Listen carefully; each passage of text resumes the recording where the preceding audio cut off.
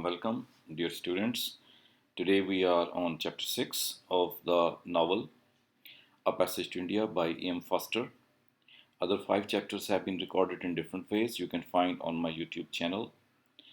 And in chapter 6, let us start with the idea that chapter 6 is all about Dr. Aziz, his psychology, his skills, his powerfulness, his behaving to the white man, and acting as a subordinate. All these things we come to know in this part of the chapter. This chapter is dedicated to Dr. Aziz, the medical profession, Dr. Panalai, and other people. The white doctors are also there, but mostly we talk about Dr. Aziz. And we remember very well that Dr. Aziz had gone with Mrs. Moore and Adela to the British party, but he didn't go there, didn't enter there. He was, although invited, and therefore all the white people got angry on that, why Dr. Aziz was not obeying. And similarly, when he was asked by Mr. Calendar to come and to visit him, at that time also he got late, but he tried to give the kind of impression that there was a problem, and that problem stopped him from coming. And the problem was that he was riding his bicycle, and his bicycle was not working properly at that time, so he had to stop there. A tonga was also not available.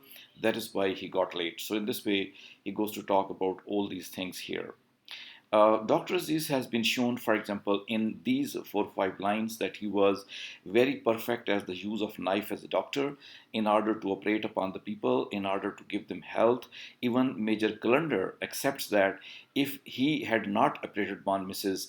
Graceford, if Dr. Aziz had operated, Greyford Mrs. might have survived. So in this way, his skills are being recognized, but still he was an Indian. He was a subordinate, but he also, Dr. Aziz was also happy that nobody was his match, and that is why he was an indispensable person for all such people.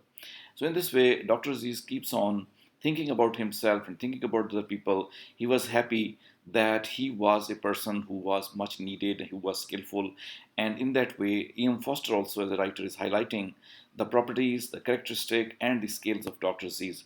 Same was the case with Dr. Panalai, but he was an old doctor and he had secured some kind of respect from the part of the British people, but Dr. Aziz was still an Indian and he was not that respected.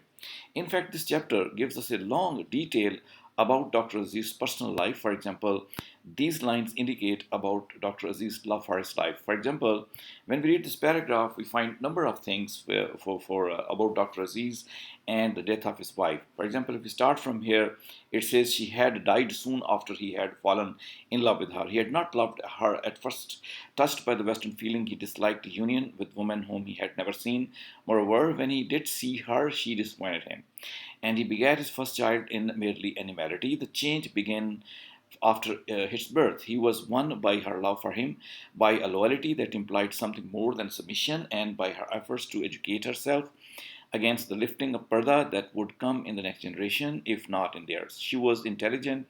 She had old-fashioned grace. Gradually, he lost the feeling that his relatives had chosen wrongly for him. Sensuous enjoyment, well, even if he had had it, would have dulled in a year, and he had gained something instead which seemed to increase the longer they lived together.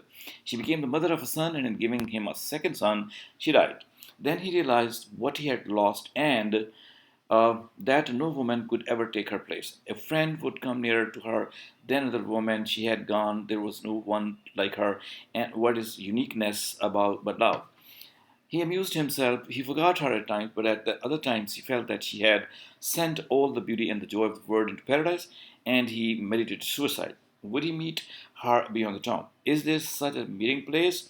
The Orthodox didn't know. God's unity was indubitable and indubitably announced, but all the other points he wavered like the average Christian.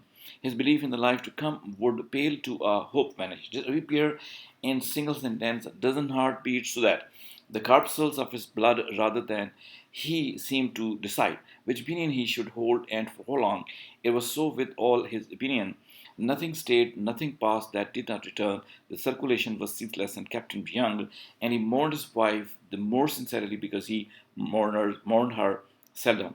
This is the paragraph. In the beginning of this paragraph, the first half, 10 lines, go to talk about the matter of the marriage of Dr. Aziz and a famous theory that in the Eastern societies, in South Asian societies, and Indian Muslim societies, the marriage was not based on love, but rather it was mostly the arranged marriage. The boy and the girl have not seen each other. Same was the case with Dr. Aziz. That he tells us that he didn't see his wife, didn't love his wife, didn't want to marry her. But when he had married her, even first year of their life, he didn't like her. But with her service, with her punctuality, with her obedience, with her love, mostly, that girl proved that she was worthy of Dr. Aziz. Though she was not that well educated, she was not that modern, but she tried to educate herself and gave him the first son, and later on gave him the second son.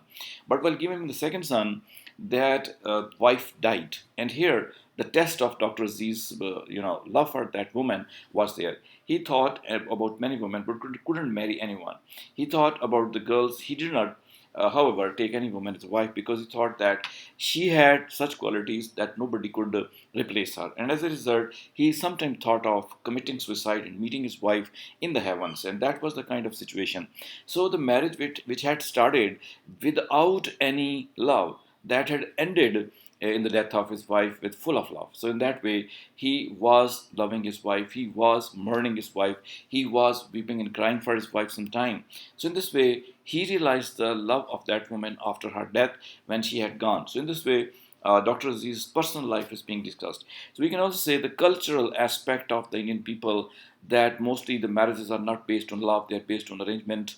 And later on, it is said and believed that the girl would be able to create love in the mind of the husband, and husband would keep loving her in that way. This is the type of culture of the Muslim and the Hindus in India at that time that was present, and that's why the writer is making a full justice with all sections of his story, that not only praises and admires the people who are British, but also he praises the good condition and the better condition of the non-British people, Hindus and Muslims in India.